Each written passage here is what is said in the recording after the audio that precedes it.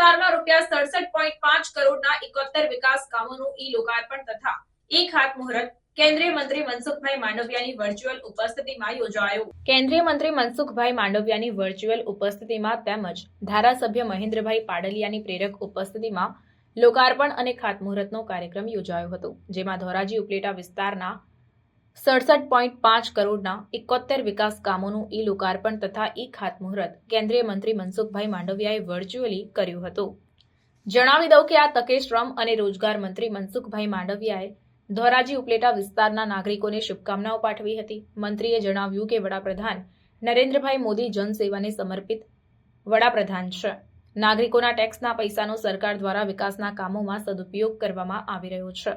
આરોગ્ય, શિક્ષણ, રસ્તા, પાણી સહિત જીવન જરૂરિયાતની તમામ સુવિધાઓ ગામડે ગામડે પહોંચી છે. મુખ્યમંત્રી ભૂપેન્દ્રભાઈ પટેલ વડાપ્રધાન નરેન્દ્રભાઈ મોદીના વિકાસના કાર્યને આગળ વધારી રહ્યા છે. સરકાર દ્વારા વિકાસના કાર્ય ગુણવત્તાયુક્ત થાય તેની તકેદારી રાખવામાં આવે છે. આ તકે ધારાસભ્ય મહેન્દ્રભાઈ પાડલિયાએ હર્ષ સાથે રાજ્ય અને કેન્દ્ર સરકારનો આભાર વ્યક્ત કરતા ઉમેર્યું કે ગુડ ગવર્નન્સનું આદર્શ ઉદાહરણ વડાપ્રધાન નરેન્દ્રભાઈ મોદીના નેતૃત્વમાં તેમજ મુખ્યમંત્રી ભૂપેન્દ્રભાઈ પટેલના માર્ગદર્શનમાં જોવા મળી રહ્યું છે. છેવાડાના અંતિમ માણસનો સર્વાંગી વિકાસ કરવો તે વર્તમાન સરકારની નેમ છે. શ્રમિકો, ખેડૂતો, નાના વેપારીઓ સહિત તમામ વર્ગને સાથે રાખીને સૌનો સાથ, સૌનો વિકાસના સૂત્રને ચરિતાર્થ કરવામાં આવી રહ્યું છે. ત્યારે ધોરાજી ઉપલેટા વિધાનસભા વિસ્તારના નાગરિકોની સુખાકારીમાં વધારો કરવા સરકાર કટિબદ્ધ છે.